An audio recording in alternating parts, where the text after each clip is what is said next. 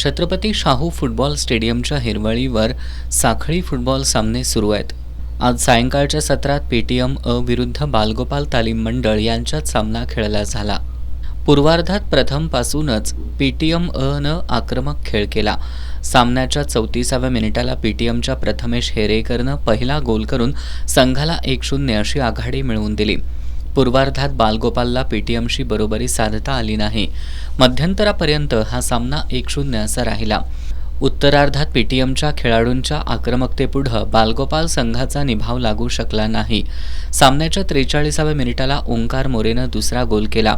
त्यापाठोपाठ ऋषिकेश मेथे पाटील यानं सामन्याच्या 44व्या मिनिटाला तिसरा गोल करून संघाला 3-0 अशी भक्कम आघाडी मिळवून दिली. पीटीएमच्या खेळाडूंनी खोलवर चढाया सुरूच ठेवल्या.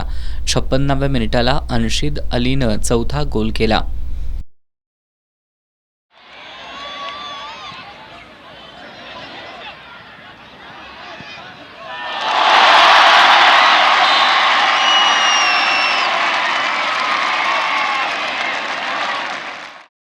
पासष्टाव्या मिनिटाला ऋषिकेश मेथे पाटील यानं वैयक्तिक दुसरा आणि संघासाठी 5वा गोल केला.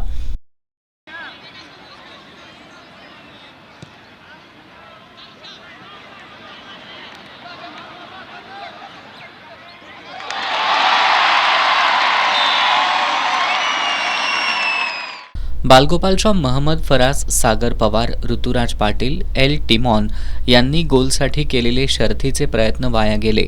पीटीएम अनं हा सामना 5-0 गोलनी एकतर्फी जिंकला. दुपारच्या सत्रात खेळल्या गेलेल्या सामन्यात उत्तरेश्वर प्रासादिक वाघाची तालीम संघानं 1-0 गोलनी प्रॅक्टिस क्लबवर विजय मिळवला. उत्तरेश्वरच्या नयन सूर्यवंशी यानं 30व्या मिनिटाला हा गोल नोंदवला. या सामन्यात उत्तरेश्वरच्या शुभम जाधव यानं अखिलाडू वृत्ती तर प्रॅक्टिसचे संघ व्यवस्थापक विकी जाधव यांनी पंचांशी असभ्य वर्तन केल्यानं मुख्य पंच सुजित जाधव यांनी या दोघांना रेड कार्ड दाखवलं.